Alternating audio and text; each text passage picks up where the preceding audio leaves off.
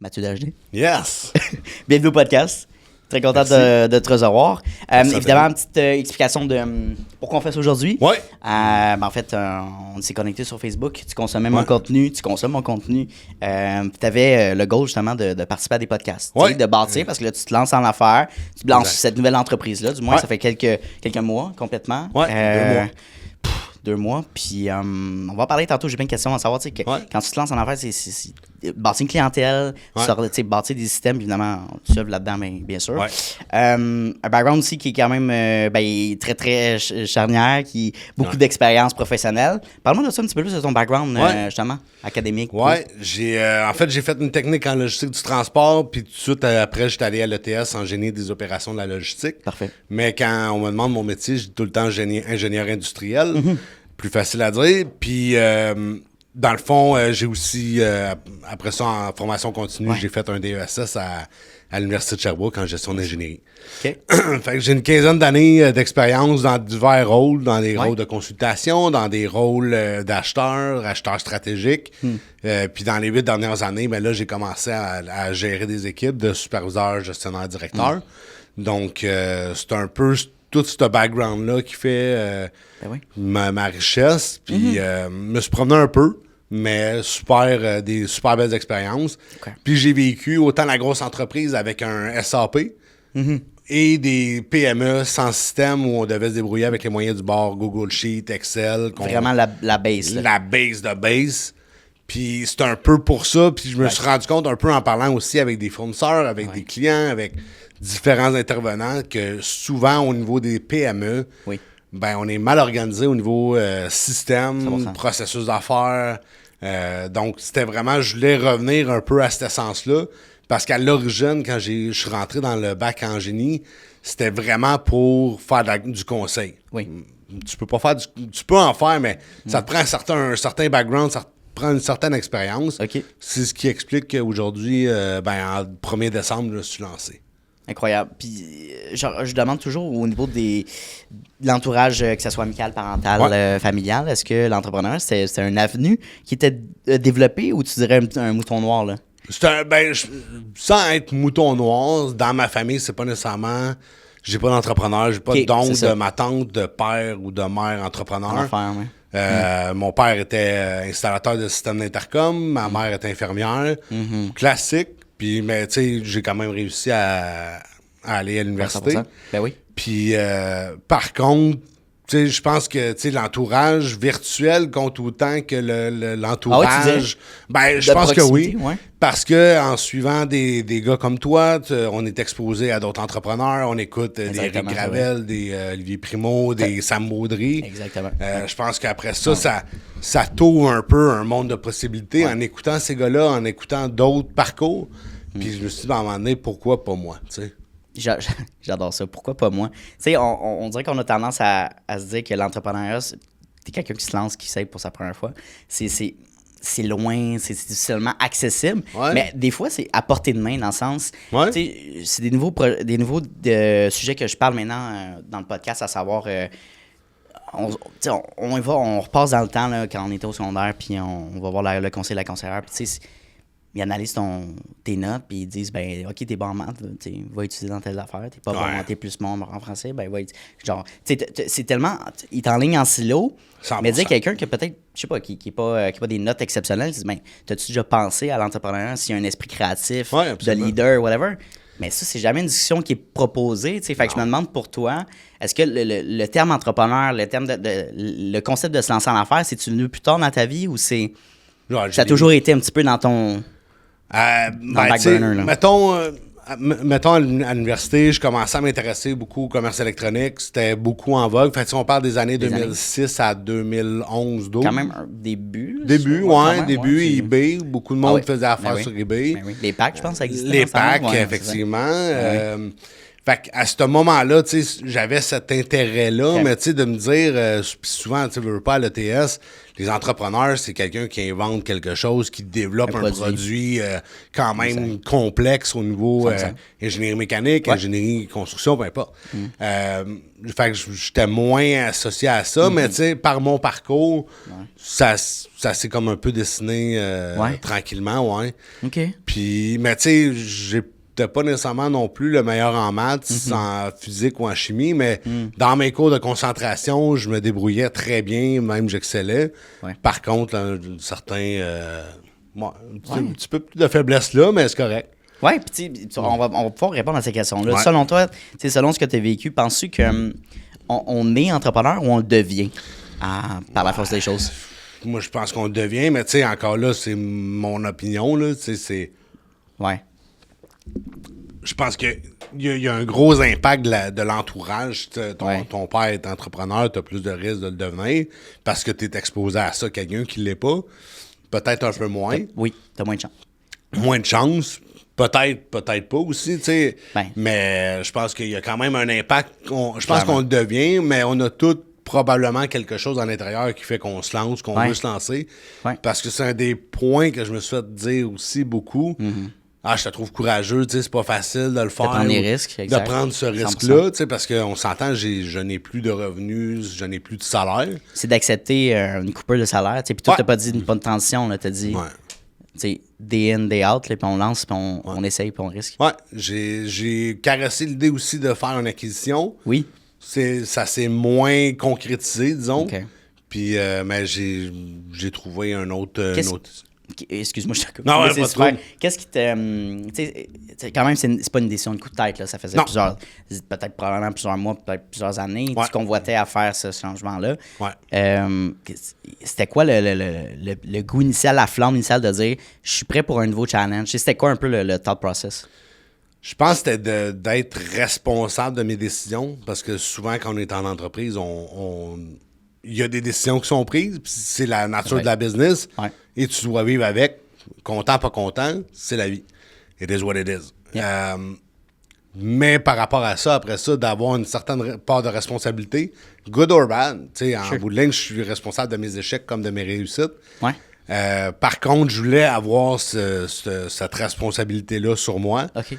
Puis aussi la créativité, parce que quand tu es gestionnaire ou même dans un poste de responsable, tu dois un peu suivre les guidelines de l'entreprise. Il y a un cadre quand même à respecter. Il y a un cadre à respecter. Donc, après ça, d'aller faire, tu sais, tu peux être créatif à l'intérieur de ce cadre-là, mais tu sais, j'avais le goût de sortir un peu de ce cadre-là. Tu sais, je suis un gars qui est très opérationnel, mais j'ai découvert avec des formations avec Marco Birbé un intérêt en marketing. Oui, incroyable, Marco. Incroyable. Fait puis je pense que c'était un bon déclencheur de cette formation-là, la cohorte Moneyball, de me dire, OK, ben, j'ai du potentiel à faire autre chose, puis je gagnerais, fort probablement, j'ai plus de chance aussi à essayer des nouveaux trucs. Oui, puis tu l'as dit tantôt au tout début, tu avais, même dans tes expériences, tu avais identifié des lacunes, clairement, dans si on prend une PME là, classique, là, juste au niveau système de gestion. Opérationnel.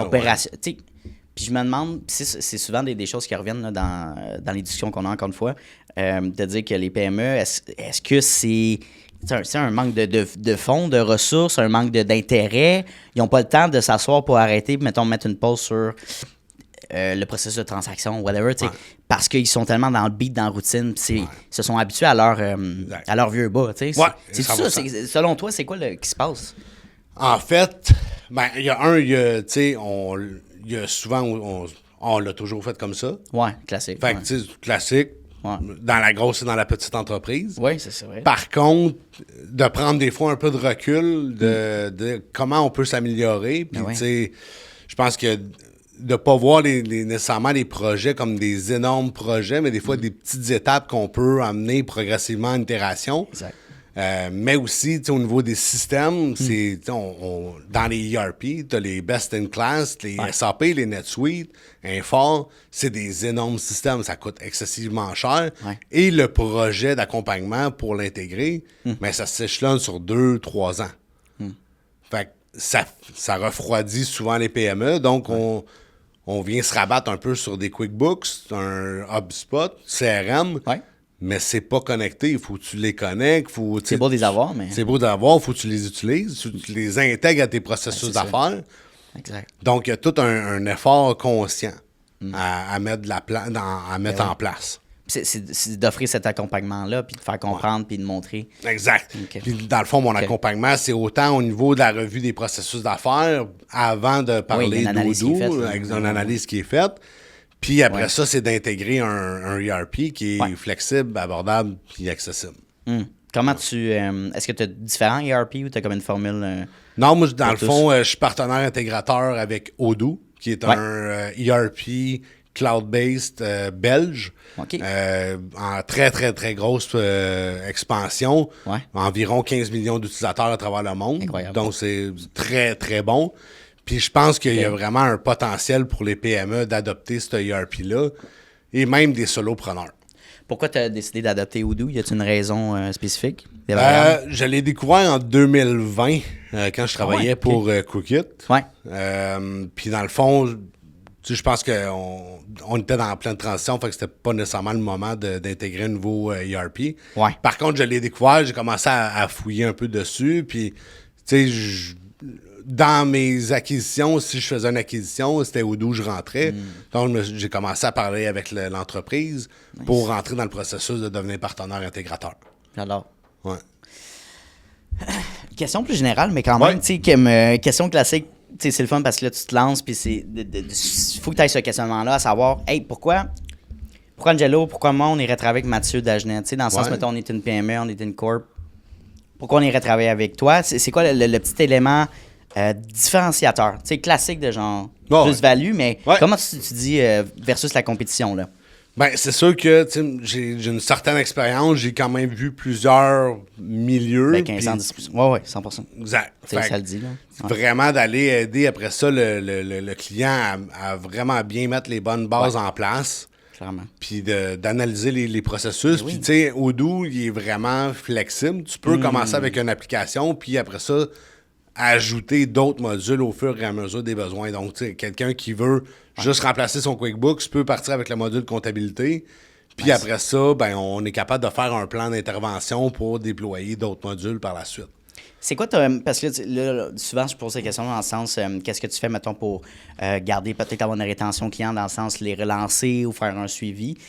Qu'est-ce que tu prévois faire, mettons, avec tes clients actuels, là, que tu viens de signer ou que tu viens d'accompagner dans les mois qui vont suivre, dans les années qui vont suivre?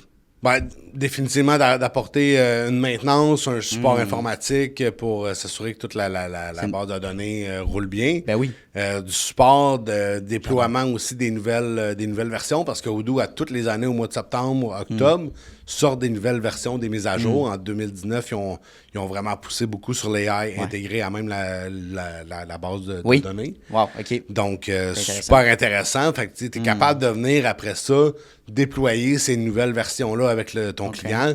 Tout le temps un peu aussi faire l'étude comparative entre les versions puis s'assurer que la migration se passe bien. Parce que c'est un des points dans la méthodologie d'Odoo, c'est de garder le plus possible près au standard. Okay. Parce que quand tu viens déployer les nouvelles versions, si tu as fait beaucoup de développement, ça devient un peu plus compliqué. Complexe. Ben oui, puis je me demande aussi, dans ton approche, est-ce que tu es un petit peu plus du genre, je t'accompagne, je te donne la formation, je te montre comment fonctionnent évidemment ces systèmes-là, pour que tu sois à un certain niveau quand même autonome à comprendre puis optimiser, versus il y a peut-être d'autres entreprises, d'autres entrepreneurs qui vont plus garder ça en chasse gardée, de dire, tu sais, j'ai mes connaissances, j'ai mes compétences, fait que dès que tu as besoin d'un besoin technique, voici le coût pour revenir vers moi. Fait que c'est quoi un petit peu ta vision par rapport à ces deux, c'est sûr ces deux choses-là? Là. D'assurer l'autonomie du client le plus possible pour qu'il soit autonome. Puis, je pense que oui. Tu sais, que. Puis même au niveau du support, là, moi, je suis la première ligne, mais après ça, il y a Odoo. Mais tu sais, je pense que de garder le client le plus autonome possible, de faire la formation, de faire beaucoup d'accompagnement pour éventuellement que le client soit capable de se débrouiller dans ses besoins. Dans la suite. Ouais. Qu'est-ce qui peut arriver à une entreprise qui n'optimise pas ses systèmes? Peut fermer. Littéralement? Ben, en fait, c'est Je vais donner un exemple. J'étais dans une entreprise, je nommerai pas de nom, mais tu sais, sure. on n'avait pas de système de validation des commandes qui rentraient, nos commandes fournisseurs. J'ai commencé, j'avais pas de système de gestion, mais on a commencé à mettre un processus en place pour vérifier les livraisons. Puis on s'est rendu compte que certains comptes étaient pas bons, donc on paye des marchandises non reçues. Donc, c'est juste des petites choses comme ça qui peuvent faire en sorte que ben, tu payes une facture que tu n'aurais pas dû nécessairement payer. Un processus de réception doit être validé puis vérifié, tu sais. Clairement. Fait que, ça fait du sens quand tu dis l'entreprise peut fermer, là, littéralement. Là. Ben, tu peux perdre du cash, tes processus... tu suis pas tes chiffres aussi. Ben, tu suis pas tes chiffres, mais c'est aussi, tu sais... La croissance, c'est quand même cash flow intensive. Donc, ben, c'est ça. Si tu n'as pas de système pour gérer ce que tu vends, ce que tu reçois, d'avoir un bon équilibre entre les deux, ben, tu vas être souvent en rupture de stock, tu vas en vendre trop, ou peu importe. Exact. Il y a des coups, s'il y a une fuite que tu vas pas passer, mais que, oh boy, attends, là, les bilans ne fonctionnent pas. Exact. Ben, si tu avais implanté ça. Puis c'est ça, je pense, qui est très, très difficile, c'est de prendre un temps d'arrêt, puis peut-être le comprendre, de dire, ça vaut la peine, justement, encore une fois, de prendre une pause, puis d'investir dans un système, d'investir dans la bonne personne pour optimiser ça, parce que pour la longévité d'une entreprise, tout le monde veut lancer une entreprise. Puis je pense que ça va dépendre du niveau, où est-ce que l'entrepreneur est rendu. C'est quelqu'un 100%. qui est prêt à faire une transition à la retraite, qui va le passer à un plus jeune acheteur, mais comme, il sera moins motivé à faire ça. Ça va être la job de l'autre. Fait que, je rebondis là-dessus. Je te laisse aller, excuse-moi. C'est non, pas de souci, mais parce que justement, un cédant qui veut vendre, il va aller chercher une bien meilleure valeur s'il y a des processus à jour. Ben oui. Et s'il y a un système qui pilote toute son entreprise, autant au niveau des opérations, au niveau des RH, au niveau du marketing. Donc, tu vas vraiment chercher un plus-value c'est clair. Lors de ta vente de ton entreprise. Au même principe, si tu es un acquéreur puis qu'il n'y a pas de système en place, d'en mettre un le plus rapidement possible en gardant tes employés clés, ben, tu es capable d'aller décupler ta valeur direct en partant. J'adore comment tu as repris la question. C'est exactement ça, parce que c'est extrêmement viable pour quelqu'un qui veut vendre l'entreprise, comme tu dis, pour augmenter sa valeur de revente. 100%. Puis aussi, c'est plus... Puis oui, la valeur, mais dans le sens... C'est plus alléchant aussi. Tu arrives en confiance, tu te dis, regarde, c'est pas juste OK, pour tel système, comment vous fonctionnez? Ben c'est Johnny qui s'organise avec ça. OK, mais attends, là, ça marche pas. Là. Puis on le voit aussi sur LinkedIn, il y a quelques intervenants qui en parlent. Ouais. Il y a beaucoup d'employés qui sont dépendants deux ressources qui n'ont pas un peu downloadé le cerveau de cette personne-là. Puis c'est Johnny, comme tu dis, qui sait comment réparer la machine, que personne d'autre comprend comment. Right. Puis dans Odoo, ce que tu es capable de faire, tu as un module de base de connaissances où tu es capable de venir, mettons même avec des outils comme Scribe ou Loom. Oui, tu peux de formation. Faire la formation et la mettre dans une base de connaissances qui est accessible à tout le monde. Ton guide d'employé, par exemple, va dire voici les chapitres, les vidéos à suivre. Voilà. Incroyable. Pourquoi pas? Facilement d'accès. Puis je pense peut-être l'épuisement qu'on peut vivre aussi à travers quelqu'un qui... Tu sais, même quelqu'un qui est habile avec les différentes technologies, mais quelqu'un qui n'est même pas habile, je peux même pas imaginer, mais dire, OK, là, il faut que tu ailles avec tel logiciel, qui fait tel logiciel, là, il faut que tu ailles tel logiciel. T'sais. Puis ça devient que c'est comme, je veux juste avoir un qui fait tout, genre. T'sais, ou un le qui plus est connecté. Possible. Ouais, c'est ça, exact. Mais il y a une utilité d'avoir plein de logiciels, mais encore une fois, c'est une chose de tous les avoir déconnectés, mais de les avoir intégrés dans tes systèmes, que ce soit automatisé, que ce soit fonctionnel. C'est ça la grosse valeur, je pense. Je pense, Odoo, c'est ce qu'ils ont vraiment bien développé. Tu sais, il y a un chat interne, il y a une base de connaissances, il y a un CRM connecté avec ta comptabilité, connecté avec tes factures, avec tes ventes, avec ton site web. Ouais. Quand j'ai bâti mon site web sur la base d'Odoo, quelqu'un prend rendez-vous avec moi, il rentre automatiquement dans mon CRM, il est dans mon agenda. Donc, aucune information se perd. Après ça, de mon CRM, je suis capable de faire une soumission, puis je suis capable de suivre le projet. Puis une fois que le projet est gagné, mais après ça, je peux gérer mon projet avec toutes les différentes tâches, sous-tâches, dépendances, budget. Donc, c'est vraiment un outil complet. C'est ça, je cherchais le mot. C'est un outil multidisciplinaire qui touche un peu puis, à... en fait, c'est vraiment un ERP avec un CRM. Donc, vraiment, tout est connecté dans ta base de données. Puis, tu es capable de vraiment segmenter tes accès selon tes rôles. Puis, petite parenthèse, si on prend l'exemple du CRM qui est vraiment incroyable comme concept, je dis ça parce que moi, ça fait 1 an et demi que j'ai fait implanter le mien, intégrer le mien. Charlotte à Pascal Bastien de Voltix, super cool. Puis moi, il m'a mis Zoho Begin pour commencer. Tu sais, très, très, très user-friendly, très le fun. J'ai pas d'autres. J'ai QuickBooks aussi qui est connecté, mais. Bref, tout ça pour dire que j'avais besoin de ça, je restais besoin de ça parce que je laissais de l'argent sur la table, littéralement. Hein, dans le sens que une nouvelle personne qui achète mes services, il faut que je le rentre à quelque part, mais comment je fais pour préparer la relance? Est-ce qu'on peut automatiser ça? Puis littéralement, il y avait plusieurs milliers de dollars qui étaient de côté parce que je prenais pas le temps de relancer la personne. Ça à prendre en compte. Là, si là, je prends l'exemple d'une entreprise de service, mais... que ce soit une entreprise manufacturière de services, e-com, name it, tu as besoin d'un bon CRM qui soit intégré dans peu importe ton infrastructure. C'est sûr que je vais prêcher pour ma paroisse. Ben oui, non, c'est ça, exact. Mais au final, c'est d'avoir des systèmes qui te parlent. Parce que d'avoir un CRM en Excel, tu n'auras pas de pop-up, tu n'auras pas de suivi, ça va être plus compliqué. Puis, tu sais, après, c'est la gestion des versions, c'est qui l'a, est-ce que l'a mis dans le cloud? Est-ce qu'il y a des formules qui se brisent? En tout cas. Ça, c'est des choses qui arrivent. Là, mais une autre problématique, c'est beau un Google Drive, là, mais je veux dire, si tu avais un employé qui avait juste l'accès, puis là, tu n'as pas donné l'accès à tout le monde, puis là, il part avec l'accès, bonne chance. Bonne chance. Il faut vraiment qu'il soit gentil ou gentil, là, parce que lui, il peut dire, ben, mange ma marde. Ça dépend comment ça s'est terminé aussi avec cet employé-là. C'est ça. Ça peut être dangereux de perdre ces fichiers-là qui valent cher. Là, c'est surtout si toute la base de tes opérations repose sur des fichiers Excel. C'est quand même beaucoup. C'est dangereux. On se le dire, Excel n'est pas une base de données. Ce n'est pas un CRM, ce n'est pas un ERP. Tu peux faire des super beaux calculs, puis tu peux valider plein d'hypothèses. Mais après ça, de l'opérationnaliser dans un système qui se tient, c'est priceless ça, pour une entreprise. Parce que au final, l'employé, tout ce qu'il fait dans Odoo reste à l'employeur, à l'entreprise. Donc, ça nourrit ton actif, que ce soit tes bases de connaissances, que ce soit tout ton historique de vente. Donc, c'est un actif hyper important. Un actif pour ton entreprise hyper important. Il faut pas voir ça comme une dépense. Évidemment, c'est un investissement long terme pour l'entreprise. Je pense que, puis même de s'en priver, c'est que je pense que tu te prives d'une vitesse de croisière ou de scaling. Puis allons plus loin. Tu sais, ce que tu veux, ultimement, avec ça, mettons que tu es à la tête de ton entreprise, d'être plus efficace, puis sauver des coûts, mettons, mais puis suivre tes données. Mais toi, qu'est-ce que ça donne? Ça donne plus de temps pour ta vie. Tu sais, ça donne plus de temps pour avoir du temps avec ta fille, ton gars, ta femme, ton chum.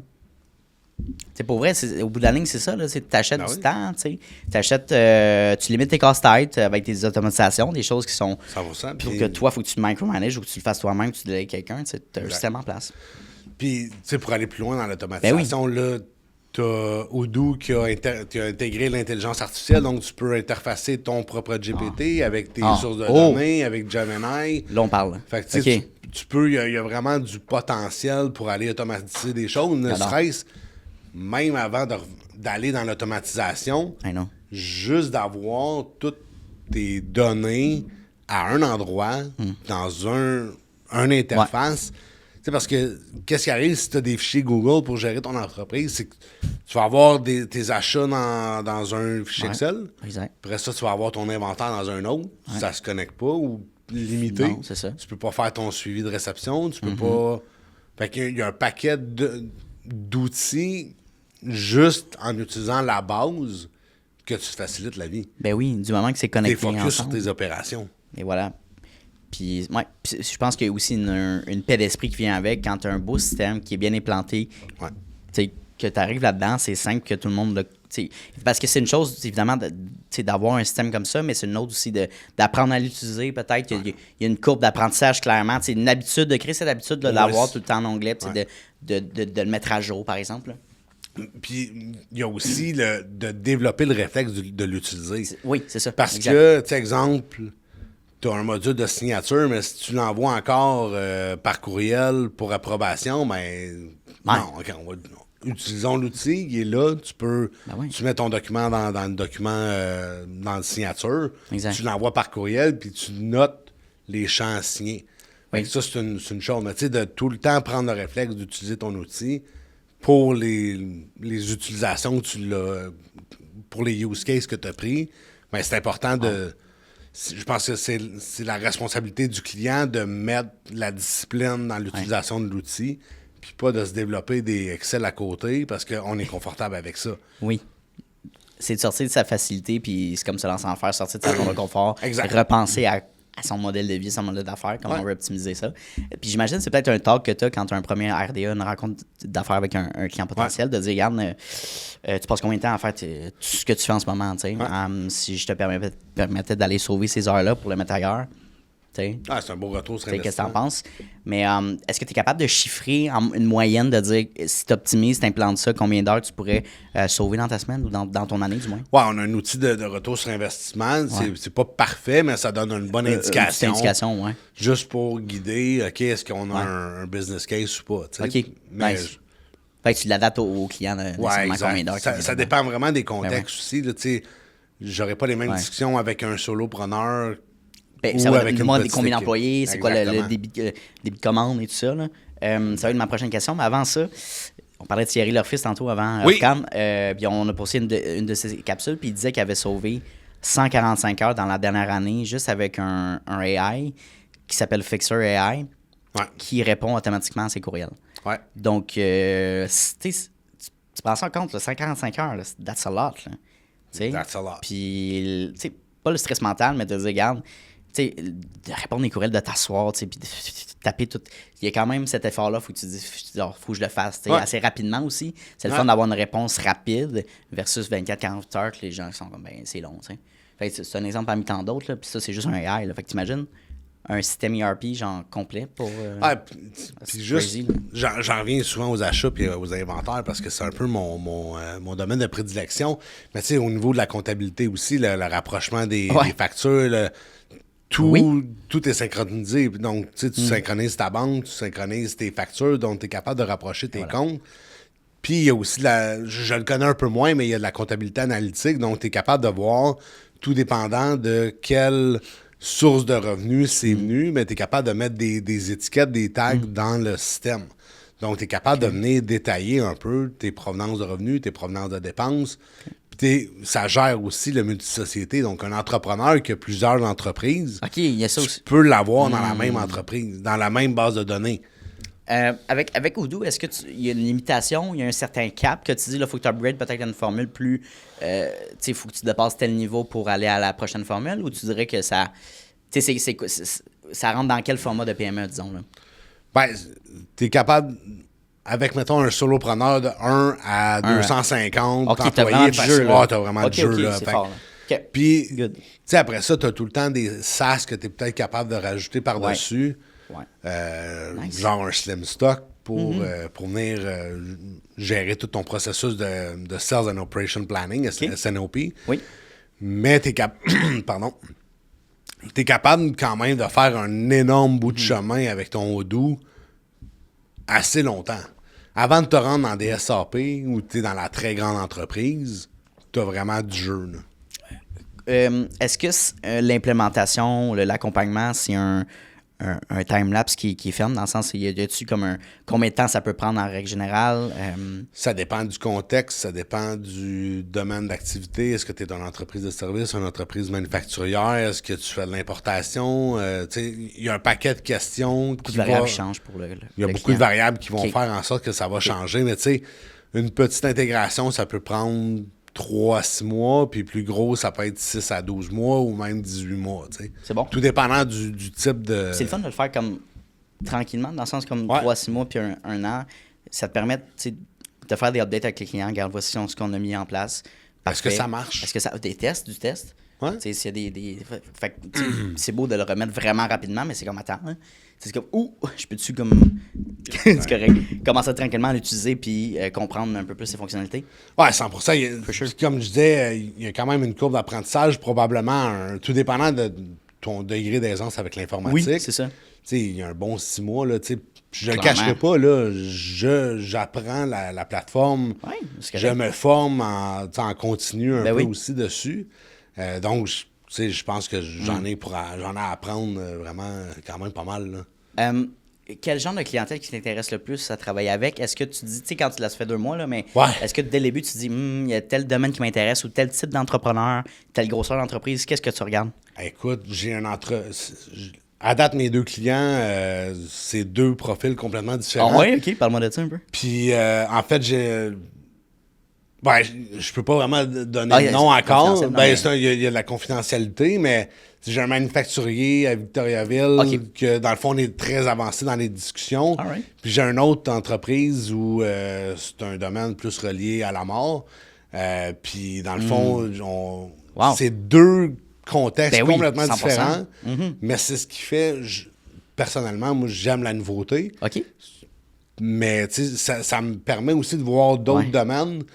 J'ai même potentiellement mon vidéaste qui veut intégrer Nice. Odoo parce Fort. qu'il y a eu des problèmes avec QuickBooks. Donc, Oui.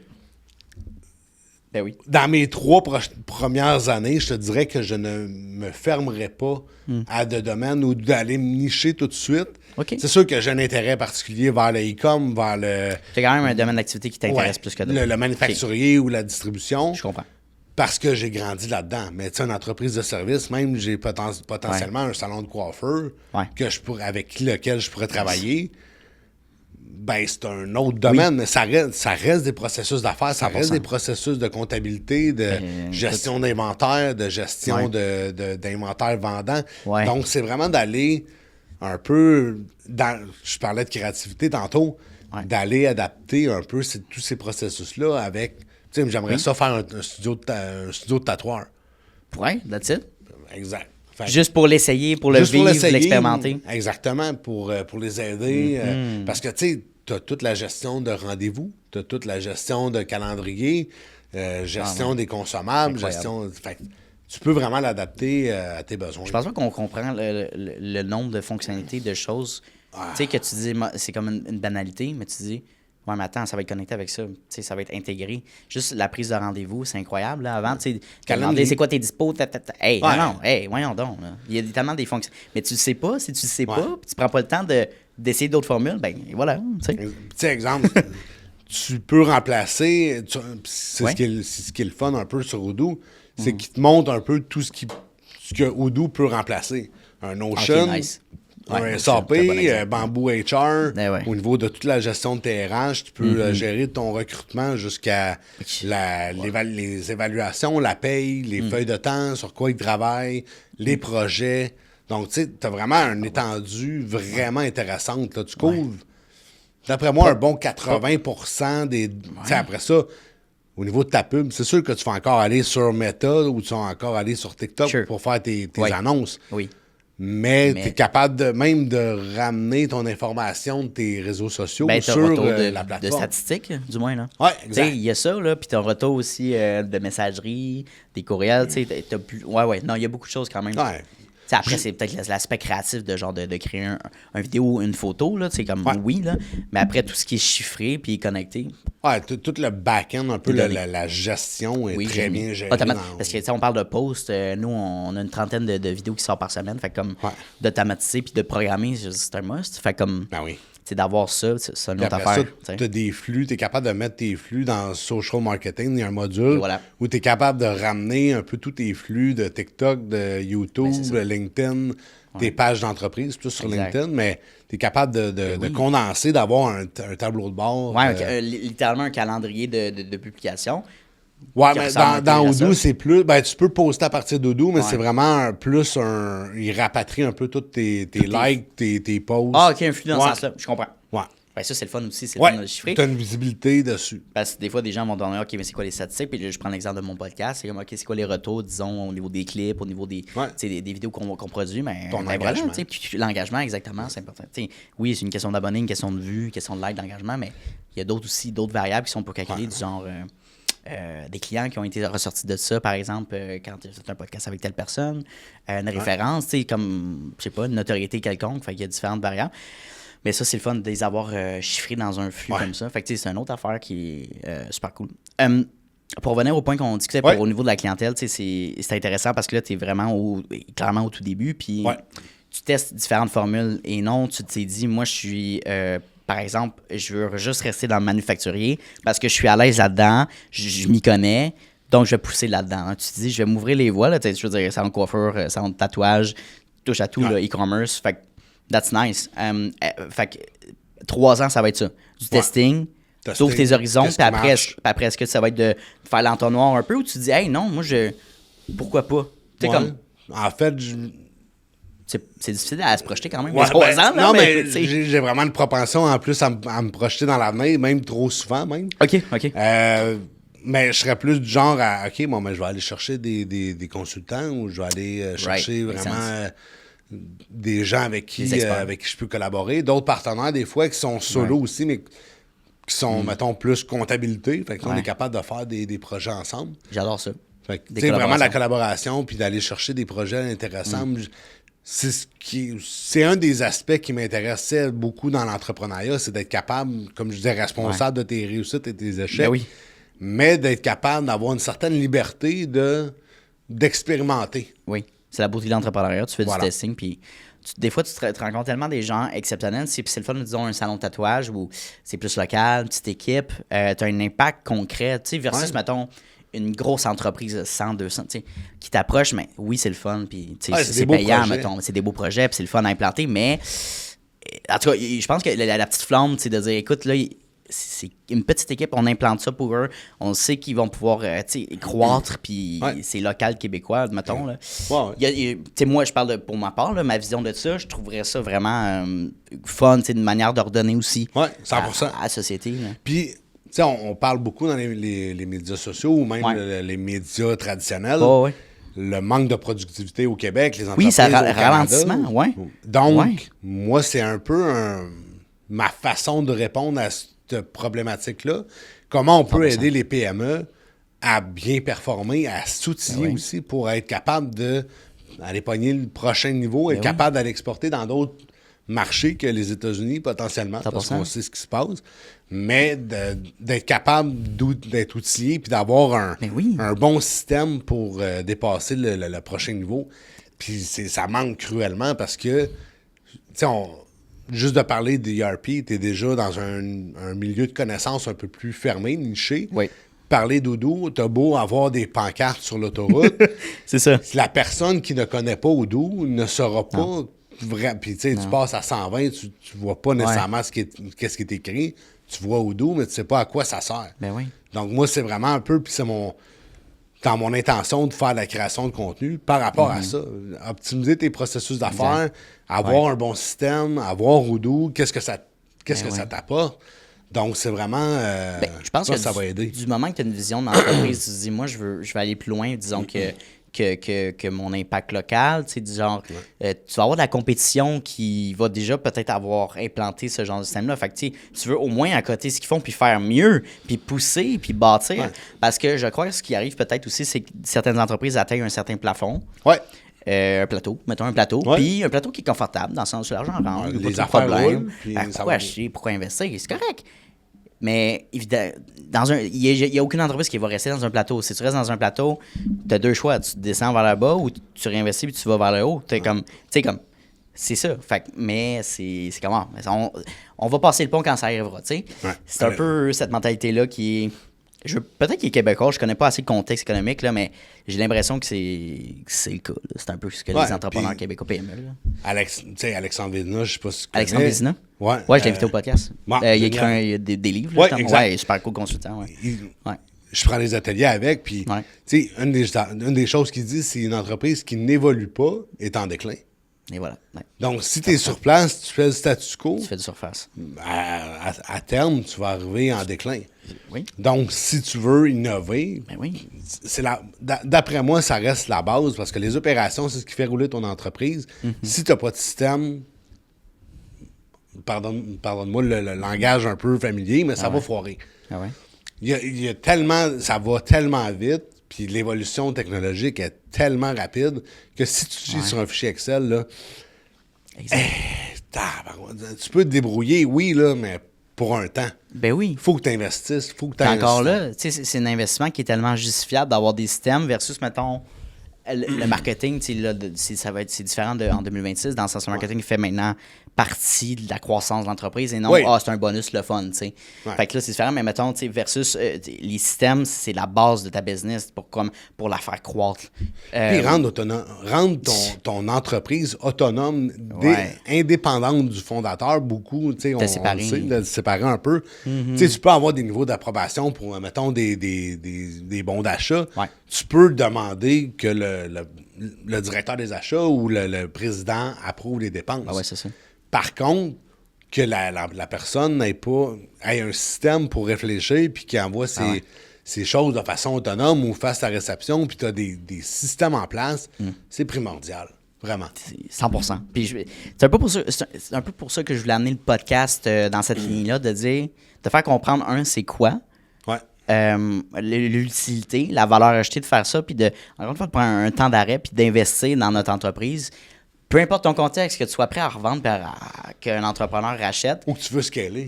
Ou tu veux scaler. Puis on est dans une situation en ce moment, c'est que la population vieillissante, donc des boomers qui vont devoir. Il y a deux. C'est soit que l'entreprise ferme ou bien qu'il y a un transfert intelligent qui se font. Exact.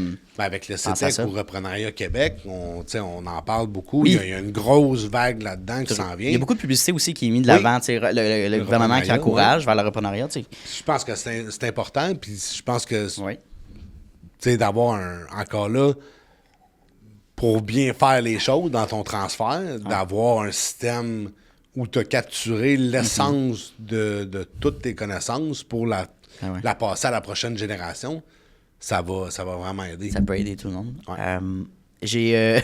Par rapport à la clientèle, selon toi, là, dans ton expérience, dans ton vécu comme en disposition en tant que salarié puis gestionnaire, c'est quoi un client parfait? Ça n'existe pas. J'aime ça. Ça n'existe pas. Je pense... Non?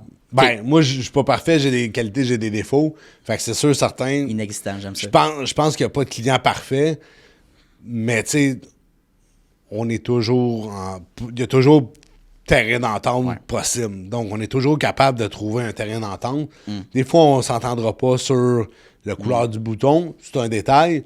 Mais, tu sais, on va se faire challenger. Tu sais, je vais challenger l'entreprise. Je vais me faire challenger comme consultant. Mais tu n'as pas le choix de passer par là pour faire ta transformation numérique. Puis c'est important. Puis c'est sûr, disons, je t'approche pour faire ça, mais c'est comme, faut que tu te prépares à recevoir la critique. Oui. Puis à dire ce que tu fais, ça fait pas de bon sens. De part et d'autre. Je pense que, tu sais... OK, toi aussi? OK. Ben oui, parce que souvent, tu sais, les consultants, on arrive... c'est pas de même qu'on fait ça. En position d'expert, tu sais. Avec ton appui, ton opinion d'expert. Mais je pense que ça te prend assez de maturité pour être capable d'écouter pourquoi ils font ça comme ça, puis de gérer le changement, puis de l'amener progressivement. Et non l'amener en jugement, tu sais, de le faire passer pour comme ça. Pourquoi vous faites ça? Ouais, c'est ça. C'est ça, tu sais. Fait que, je comprends qu'il y a un respect quand même. Il y a un respect à avoir, puis ça, je pense que j'ai toujours fait ça dans ma carrière. J'arrivais dans un nouveau poste, même comme gestionnaire, sachant que les employés n'en voulaient pas de nouveaux gestionnaires. J'arrive en mode... Je suis ton coéquipier, je t'écoute, comment tu fais tes choses, OK? Hey, moi, je pense qu'on pourrait peut-être faire ça pour améliorer juste un petit peu. Ça fait du sens. Fait que là, tu gagnes des points, puis tu es capable, après ça, d'arriver avec des plus gros projets. Donc, je pense qu'il y a vraiment un questionnement à aller apporter, mais dans le respect. Tu as une capacité humaine que je pense que plusieurs personnes devraient développer plus, surtout en position de gestion comme tu étais. Mais de dire, regarde, t'es en discussion avec un employé, une situation, mais tu sais, mets-toi dans leurs souliers. Mets-toi dans sa situation. Pourquoi lui, il réagit de même? Pourquoi il a fait ça? Mais il y a beaucoup de gens qui prennent pas le temps d'analyser puis disent, c'est toi le problème. C'est à toi de régler ça. Mais attends, là. Faut pas oublier une chose. peu importe dans le domaine que tu es dans une entreprise, business is people. C'est pas juste un process, dans le fond, c'est juste une façon fancy de dire qui fait quoi, quand, comment. Ouais. À peu près, là. Make sense. Ouais. Grosso modo, vraiment 30 000 pieds dans les airs, en général. Ouais. Reste que c'est des personnes, oui, il y a de l'automatisation que tu es capable de mettre en place, mais il y a tout le temps quelqu'un en arrière Il y a un qui humain. va avoir une expertise Ouais. pour piloter le processus. Donc, tu dois avoir des qualités humaines, même dans l'entreprise la plus optimisée possible. Ben oui. Tu vas quand même avoir à transiger avec quelqu'un, un client, un T'as pas fournisseur, le choix. ton banquier, peu importe. Tu vas tout le temps travailler avec les humains. Puis, tu sais, je pense qu'il y a des personnalités, des gens qui sont peut-être plus, ils ont des habiletés peut-être sociales ou communicatrices plus naturelles. Encore une fois, tu as des gens un petit peu plus cartésiens, plus chiffrés, plus données orientés. 100%. Mais n'importe quoi, que ce soit salarié ou whatever, c'est correct là, d'avoir ces tendances-là. Il faut que tu développes des compétences d'entre-gens, du moins, tu sais, d'authenticité, de connexion. Là, je parle de l'entrepreneuriat, mais ça peut être un salarié, là. Tu sais, quelqu'un. En fait, moi, je pense que les deux vont ensemble. Tu sais, je dis, tu peux. Autant moi, personne ne va développer son entreprise tout seul. Ben, c'est Regarde, ça. Aujourd'hui, on a quelqu'un avec nous qui pilote le podcast avec nous. Exact. Angelo, merci. Shout-out. Puis. Oui. Mais sans lui, le show ne fonctionnerait pas. Pour vrai, là, une extension de ça, c'est vrai. Puis j'ai tout le temps. Tu sais, je viens d'un milieu relativement classique, là, famille moyenne des années 80. Mais j'ai quand même été élevé dans le respect. Pour le président, autant que le concierge. C'est ça. Puis je pense que sans le concierge, tes poubelles ne se ramassent pas dans l'école, là, ou peu importe où tu as besoin d'un concierge. Mais ça te prend un respect inhérent en l'humain. Puis, je m'efforce de l'avoir le plus possible parce que de toute façon, quand tu arrives en confrontation, ça se braque, c'est plus difficile. Le changement est plus difficile à porter. Tu te bats tout le temps versus quand tu l'apportes d'une façon sans manipuler. Oui. Mais en l'expliquant comme il faut. Ça, j'aime ça, sans manipuler, parce que souvent, les gens vont dire, tu sais, mettons, ils s'intéressent, posent des questions à l'autre, mais les humains sont très bons pour sentir la bullshit, dans le sens, OK, mais genre, tu t'intéresses à moi, mais pour ressortir quelque chose. Ouais. T'as pas le choix c'est d'être authentique, puis de le faire naturellement, de dire, hey, puis dans un contexte professionnel, mais dans un contexte de vie normale, tu passes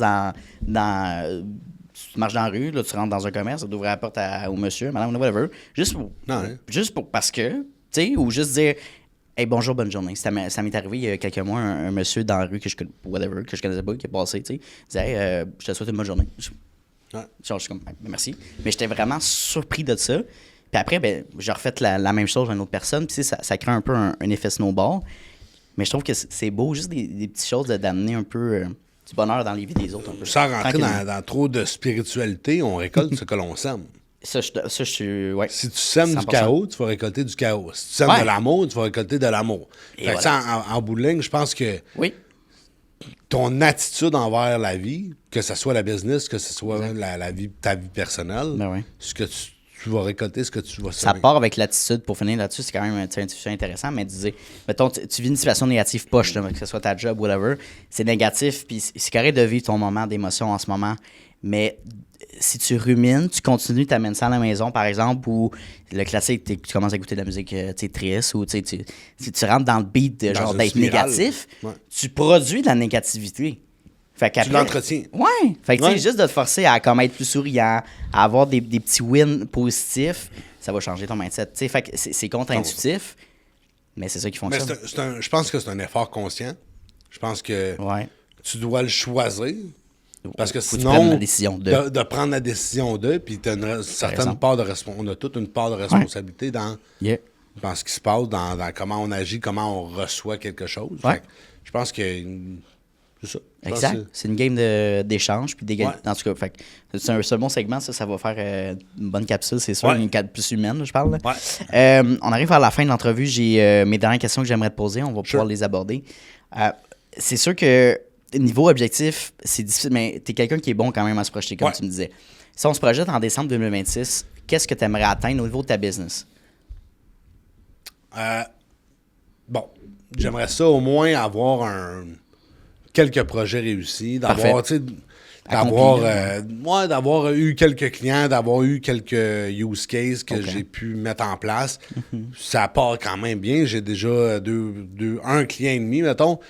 Mais ça se déroule bien, puis j'ai des bons leads dans mon CRM. Fait que tu sais, je pense que ça s'en vient bien. 100%, ben oui. C'est sûr que j'aimerais mettre un chiffre, mettons, un 250 000, 300 000 de facturés, mettons. Oui, on parle de revenus, mais je veux dire, il y a tellement d'autres choses aussi qui... Oui, c'est sûr.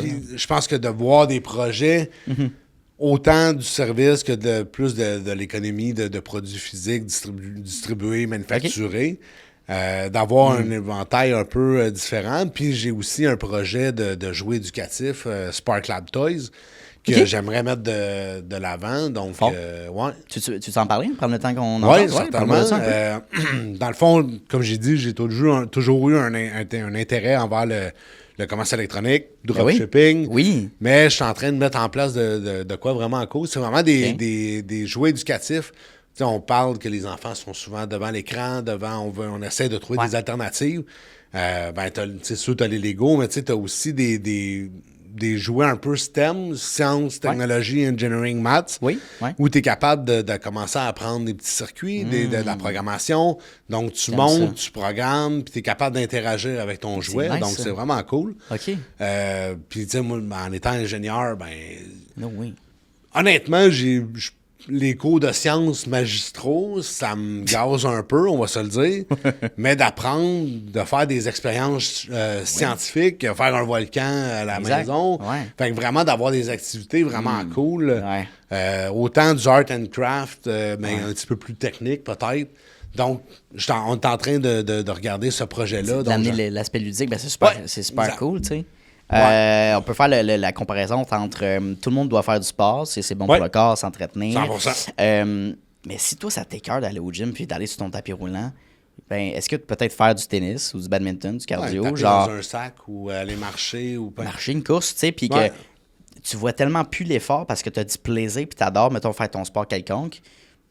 That's a win. Fait que de le voir, de changer un petit peu, de changer un peu comment tu amènes les vraies connaissances, mettons, scientifiques que tu as à travers ton jeu. Est-ce que c'est une formule de dropshipping que tu veux développer ou tu vas avoir ton inventaire vraiment toi, puis... Probablement pas. Je regarde avec mon ami Éric Dufour. Dans le fond, on regarde vraiment pour importer le... OK, parfait. Puis gérer ça à l'interne. Gérer ça à l'interne. Parfait. Parce que dropshipping, l'affaire, c'est qu'Amazon a vraiment un peu cassé tout le monde. Non, dans le sens que tout le monde s'attend à voir son produit dans 2 heures. Ou presque. La rapidité de livraison. Donc, on est en train de faire notre business. De gérer ça localement. Gérer ça localement, au moins au début. Puis après ça, on verra notre stratégie de scaling. Mais Puis après, c'est de produire ton jeu. Littéralement, les jouets, les différentes variations que tu vas faire ailleurs, puis les acheter. Puis exact. C'est le fun aussi, c'est d'avoir différentes sociétés ou différents projets. Je suis vraiment quelqu'un qui aime un peu la variété. Donc, tu sais, de faire juste une chose, je sais qu'on dit tout le temps de ne pas trop s'éparpiller. J'aime aussi avoir un peu d'autres leviers, d'autres activités aussi. Donc, Puis je pense qu'il y a 2 types d'entrepreneurs, dans le sens, t'en as un qui va être un genre de passionné, qui va avoir une idée de business toute sa vie, qui va la bâtir coûte que coûte, puis ça va être son projet de vie, mettons. Joseph Armand Bombardier quand il a décollé avec les motoneiges. Là. There we go. Puis il y en a d'autres que c'est justement multi-entrepreneurs, différents intérêts, différentes business, que ce soit, puis on peut parler d'investissement aussi, il y a l'immobilier qui rentre là-dedans, t'as les placements, t'as la crypto, whatever, t'as tellement d'autres choses qui peuvent peut-être rentrer dans l'entrepreneuriat, mais après, t'as d'autres business que tu veux bâtir. Au niveau objectif, est-ce que tu as un but d'avoir une équipe éventuellement? Est-ce que tu veux rester solo? C'est quoi un peu ta vibe? J'ai géré jusqu'à des vingtaines d'employés. Comme superviseur, j'étais cariste. Je gérais une vingtaine de caristes au début de ma carrière de gestionnaire. Puis chez Master, on avait 24 acheteurs dans l'équipe. Au début, je les avais les 24 en dessous de moi. C'était pas vraiment gérable. Puis à un moment donné, c'était 16 puis 8. OK. Mais oui, d'avoir une équipe, pour moi, je pense que Ça va me permettre aussi d'avoir un pas de recul sur mes propres activités, parce qu'à un moment donné, quand tu as le nez collé sur l'arbre, tu vois pas la forêt. Donc, J'aime ça, comment c'est cool ça. Ouais. si je veux développer autant mon entreprise de consultation, puis d'avoir une équipe, puis d'avoir des plus beaux projets, j'aurais pas le choix.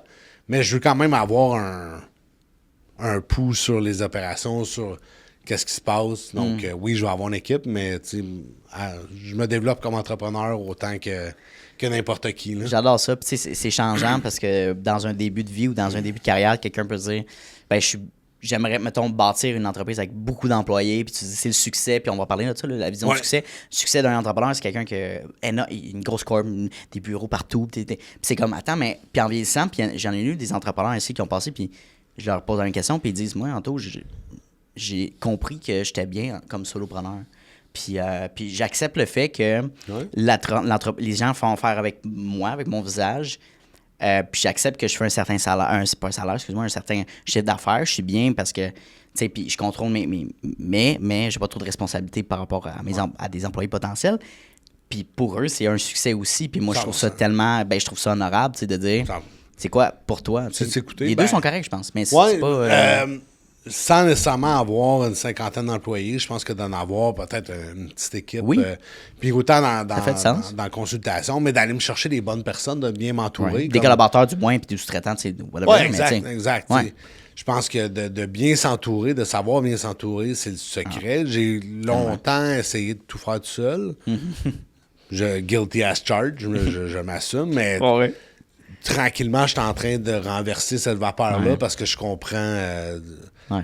Je comprends que j'y arriverai pas, donc je suis en train de bien m'entourer. Autant au niveau de mon entreprise de commerce électronique, autant je suis déjà en train de cibler des personnes avec qui je veux travailler pour mon entreprise de consultation, quelqu'un qui a déjà touché à Odoo. Donc, tranquillement, de bâtir mon équipe, je pense que... Il y a une vibe qui est tellement le fun dans les premiers mois, dans la première année, de bâtir un projet de toute pièce qui est comme... Tu sais, on grind, on hustle. Je veux pas utiliser trop ces termes-là parce que des fois, c'est mal utilisé, mais c'est vraiment ça. C'est de travailler, de bâtir quelque chose de nouveau, puis d'essayer d'impliquer des gens aussi autour de nous, de les motiver, de les inspirer. Ouais, puis je pense que comme entrepreneur, il faut que tu vendes ta vision. Puis 100%. Ben oui. Autant comme gestionnaire, mais tu sais, je pense comme entrepreneur, pour l'avoir vécu comme dans ma carrière de gestionnaire ou même de professionnel, d'arriver avec une vision, puis ça se peut que ça colle pas avec tout le monde, mais les bons vont... C'est de coller. C'est pas de faire plaisir à tout le monde. Puis c'est comme le contenu, souvent on en parle, je fais le même exemple, mais oui, tu vas avoir des commentaires haineux, oui, tu vas avoir des niaiseux qui vont commenter des affaires, mais les bons vont te suivre puis vont liker tes commentaires. Faut que tu mettes l'attention sur les bons puis les bonnes. Exact. C'est ça qui vaut la... Tu sais, fait que 100%. les bons vont te suivre puis les moins bons vont quitter. De toute façon, les commentaires haineux, puis il y a tout le temps une façon de spinner ça. Tu dis merci dans les commentaires, puis en bout de ligne, l'algorithme enregistre ça comme de l'engagement. Merci pour la visibilité. Là, puis il y en a plein qui le font très bien. Puis c'est vrai, il faut le voir ça de même. Puis encore une fois, ça m'est arrivé, je pense qu'il y a 2 ans de ça, j'en avais déjà partagé cette expérience-là. C'était drôle. Une personne avait commenté quelque chose de... c'est de la merde ce que tu dis, tu sais pas de quoi tu parles. Puis je dis... j'avais pas répondu en fait. Puis le lendemain, il a répondu à son propre commentaire puis il a dit excuse-moi, c'était pas une attaque personnelle, je vivais une situation personnelle puis c'était pas mais c'était la première vidéo que je tombais puis il fallait que je sorte mon émotion. Puis là j'étais comme tu sais, fait que c'est pas nécessairement que genre il taillit la face, c'est que là peut-être sa blonde l'a laissé, il y a quelque chose qui est arrivé, son char a pété. Fait que comme des fois c'est ça, tu sais d'avoir la capacité humaine puis de dire regarde c'est ça. T'sais, des fois, les gens ils vivent des choses. Est-ce que ça justifie le fait qu'il t'a écrit de la merde? Non, là. Mais quand même, des fois, c'est de comprendre un peu le contexte de l'autre. Ouais. Non. Chose du coq à l'âne. Parlons de succès. Si tu savais. Ouais, c'est l'entrepreneuriat. On parle partout. On passe partout. Ta vision de succès, comment tu la définirais rendu à ton âge, littéralement? Là, à travers ces années, ça a sûrement changé. Là. Comment tu vois ça? C'est sûr, une certaine liberté financière. OK. Ouais. Mais la liberté de choisir aussi. La liberté de choisir ses projets, la liberté de choisir avec qui on travaille. Je m'entendrai pas tout le temps bien avec tout le monde, mais j'ai quand même une bonne propension à être capable de trouver des terrains d'entente. Ouais, je pense que oui. Mais d'avoir une certaine liberté, liberté de choisir, liberté J'adore. de choisir où je travaille. C'est ça. Moi, je pense C'est un que succès en puis soi. travailler de la maison, il y a aussi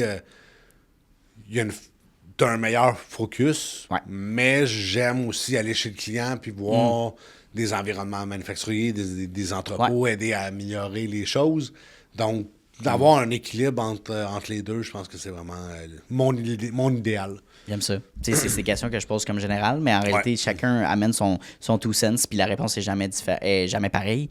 Des fois, on a tendance à associer le succès comme les biens matériels. Ouais. Tu sais, comme la liberté financière, c'est cool, puis ça amène vraiment tellement de belles choses dans une vie. Mais dire, tu sais, puis c'est correct, là, je veux dire, si tu veux t'acheter une belle maison, tu sais, puis un beau char, puis voyager X nombre de fois par année, ça peut être des goals vraiment tu sais, qui font du sens. Mais de dire, je me lance en affaires pour atteindre ça, Non. je pense que c'est pas pour ça qu'on devrait partir un projet, mettons. Non. Right? Je pense que l'ambition originale doit être de vouloir bâtir quelque chose. Avoir du fun à créer quelque chose. Exactement. Mettons. Ça Puis- vient comme par lui-même, on dirait. Tu sais, vu que Ben, tu par association, tu sais, puis honnêtement, je suis parti un peu cowboy, là, sans nécessairement avoir de clients en avant de moi. Ouais, c'est ça. C'est vrai. Par contre, la vie fait bien les choses, puis avec les posts LinkedIn, j'ai quand même un bon réseau professionnel. Ben oui. J'ai réussi à avoir 2 clients en dedans quand même pas trop... Très tu rapide, sais. là, on s'entend en 2 mois. Ah là. ouais, C'est fou, exact. là. Puis, tu sais, c'était pas nécessairement des gens qui me connaissaient personnellement. Donc, Voilà. c'est vraiment un peu un outreach. Ils me contactent, on se parle, Exact. le courant passe bien, go, on va de l'avant, tu sais. C'est ça. Encore une fois, prendre le temps de jaser aux gens. Ouais, Que ce soit 100%. un 30 minutes, une heure, whatever. Prendre le temps de s'asseoir puis en visio, je veux dire, c'est quoi les implications? Puis les gens ont tellement peur de perdre leur temps, on dirait, qui veulent pas s'investir, qui veulent pas s'investir, mais prendre le temps, mettons, d'avoir une jasette avec quelqu'un avec aucune implication. Faut pas, ça marche pas de même dans la vie. Là. En fait, puis il faut voir, je pense que chacune des discussions est un investissement. Oui. Parce que tu sais jamais, down the line, dans 2, 3, 4, ouais. 5 ans, 10 ans, c'est quoi l'impact de ça, tu sais, puis... Tu sais, je peux parler très bien de quelqu'un que j'ai connu il y a 20 ans, Daniel Vendette. Il était directeur de projet chez GCL, puis c'est grâce à lui que, dans le fond, je suis allé au bac en génie des opérations de la logistique, puis qu'aujourd'hui, je suis rendu consultant. Fait que, tu sais, il a pris 1 heure avec moi en 2003-2004, puis aujourd'hui, te ça a un rappelles de impact. ça? Ben oui. Puis tu sais, probablement que tu te souviens pas mot par mot, mot pour mot, la discussion, mais tu te souviens de comment il t'a fait sentir. Voilà, Puis bingo. c'est une citation que j'avais vue, là, tu sais, Oui. tu te souviens pas ce que tu Sans- dis, mais tu te souviens comment que la personne t'a fait sentir. Puis Puis tu te dis, c'est hey, cette vraiment- personne-là est hot parce qu'il m'a donné du temps, tu sais. Puis c'est vraiment un motto, un peu mon guiding light. Ouais, c'est de ça. comment tu fais sentir l'autre. Ouais, Parce que 100%. c'est ta responsabilité, la Oui. trace que tu laisses. Oui. Je pense que ça, c'est un peu ce que je veux faire. C'est fucking nice, man. Dernière question que je vais te lancer. Yes. Attends, j'en ai une autre. C'est Ouais. là, hein, j'en ai deux. 2 mois, est-ce que, tu sais, le concept du syndrome de l'imposteur, est-ce que tu l'as vécu dans quand tu dis, hey, là, je me lance, là, puis c'est comme, ouf.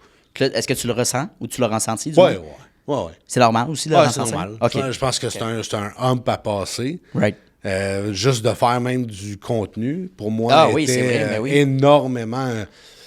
juste d'être ici en avant d'une caméra pour pas l'avoir regardé de toute la session, c'est quand même quelque chose fort. pour moi.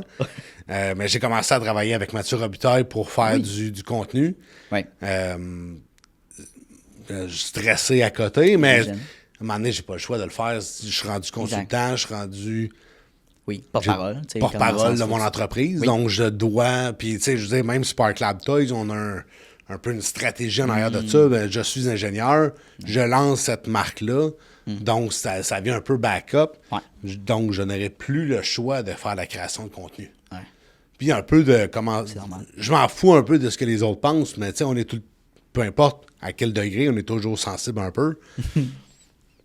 It is what it is, mais Exact. si je veux réussir à Ouais. accomplir mes objectifs, je n'ai pas le choix. Ouais. T'as pas le. Puis, Ben, puis avec l'expérience, je veux dire, on pose tellement de contenu qu'au tout début, c'est rare. Des fois, ça peut être dirigé vers moi comme intervieweur, mais souvent, c'est l'invité qui recevait des brique. commentaires, puis ça venait me chercher personnellement, tu sais, Ouais. du hate. Puis Ouais. au tout début, je répondais, puis j'étais comme. À un moment donné, c'est rendu tellement du brouillard que. C'est du bruit. Puis les gens, les fans tes fans vont répondre à ces commentaires-là. Fait que ça devient comme quasiment des ambassadeurs qui viennent te Exact. supporter. Fait que pour les gens qui se commencent en contenu, c'est difficile. Puis juste, tu sais, de parler devant la caméra, là, juste ça. Ouais. Là. Moi, c'est drôle parce C'est que difficile. je pense qu'au mois de novembre ou octobre, Ouais. Sam Baudry avait fait un genre de. Il avait fait du contenu Ouais. qui disait ben, si tu te retiens de dire ce que ton message, ce que tu as à dire, parce que Ginette va dire quelque Ouais, chose, t'as peur que Ginette dise quelque chose? on s'en calisse. Ouais, I know. Fait que- Soit, ouais. On s'en calisse. On s'en Puis, calisse de Ginette. On s'en calisse. Cachiole, Fait Ginette. Cachiole, puis Ouais.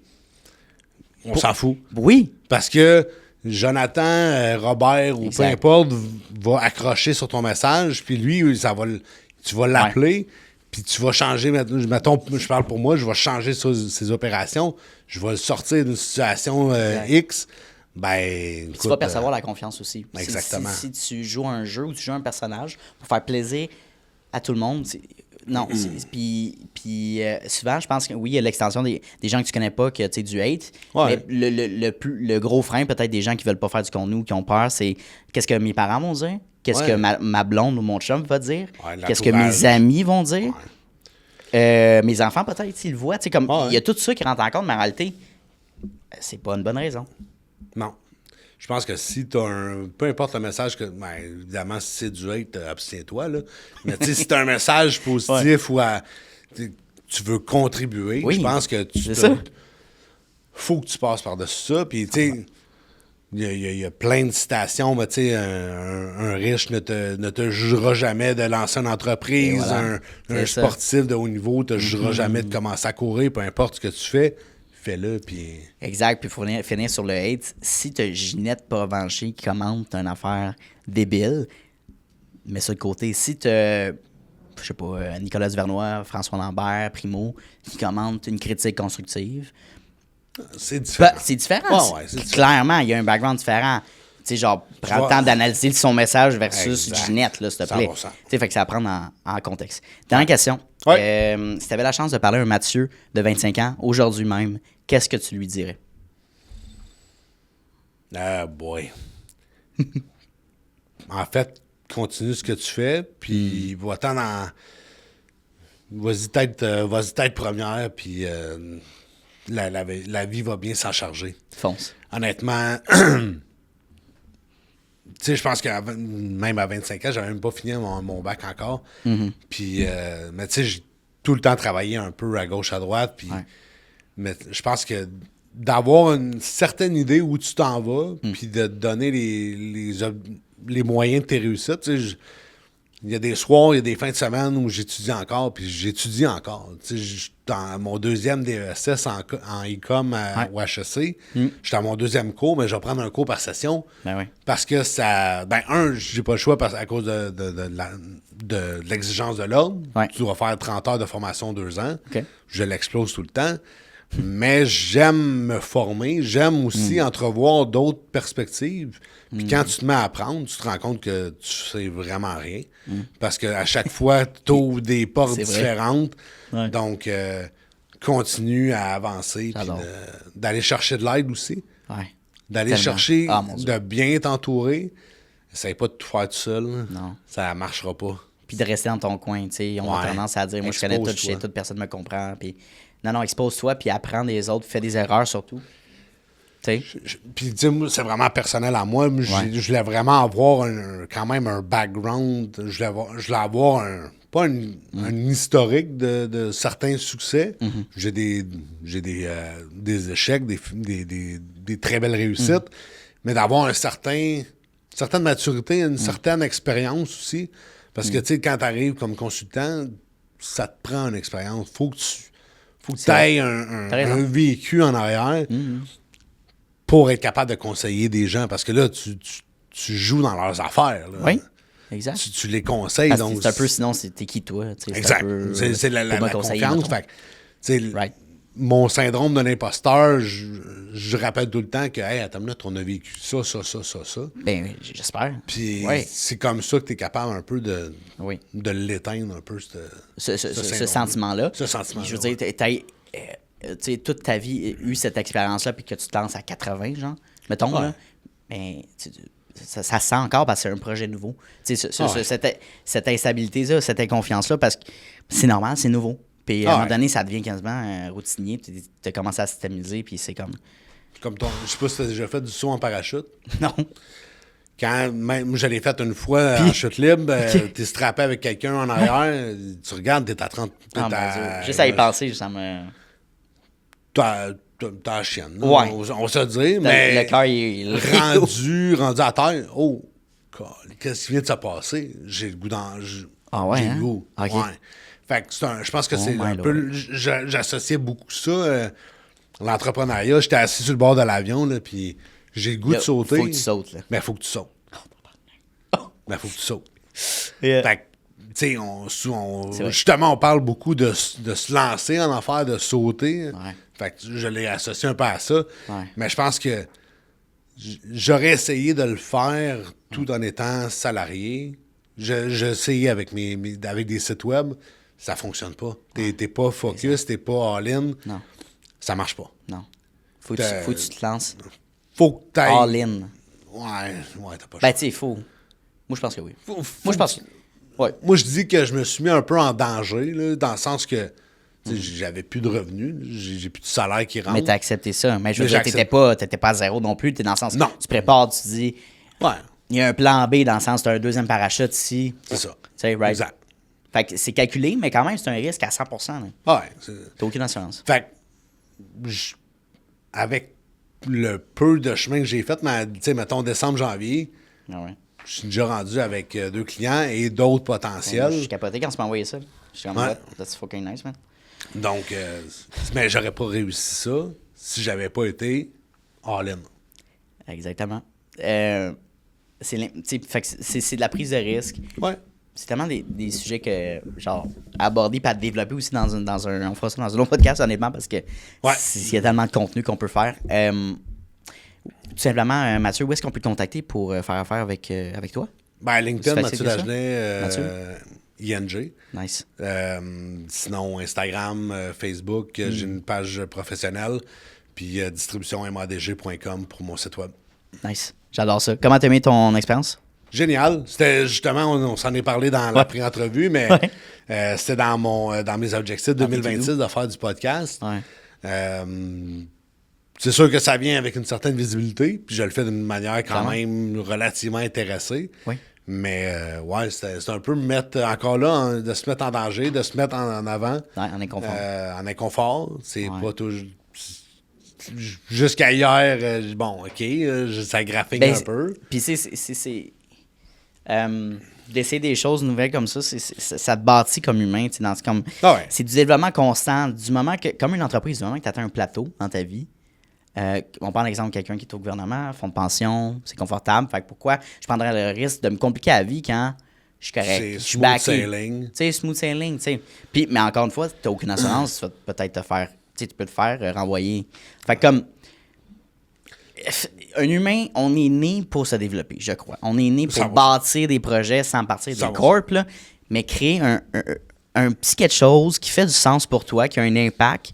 Je peux pas croire que quelqu'un, j'en ai parlé l'autre fois dans un podcast, je peux pas croire que quelqu'un est né puis qui est satisfait, mettons. Moi, personnellement, j'ai toujours faim. Toujours faim d'aventure, de créer, d'impliquer des gens, de jaser, d'apprentissage, de faire des échecs. J'ai faim de ça, tu sais, puis comme je pourrais pas faire autre chose, je me sentirais probablement anxieux, dépressif, non accompli, un manque de sens, tu sais. Ouais. C'est ça. Cool. Yes, Mathieu, ce que je propose, c'est qu'un an, on se projette en janvier, mais mettons décembre, janvier 2026-2027, on fait un part-2. Je propose toujours qu'on fasse une nouveauté. Est-ce que tu as atteint tes objectifs qu'on a parlé tantôt? Qu'est-ce qui a changé? Les beautés. J'ai pas le choix. Ouais, exact. J'ai pas le choix de livrer. Exact. Fait que tu disais 250, 300 000. On va voir si t'as fait. Exactement. Non, mais c'est on record. Là. C'est on record. Là. Non, mais pour vrai, pas. Fait qu'on fera ça. Tu es toujours le bienvenu. Ça a été un bel épisode. Puis je recommande à tous, évidemment, d'écouter. Des boucles qui vont sortir, évidemment. Yes. Merci encore. Ça fait plaisir. Merci. Et voilà, mon cher. Yes, sir. J'étais cher? Ouais.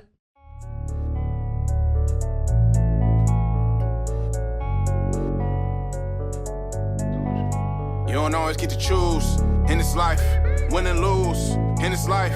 But I'ma prove in this life, we can move in this life.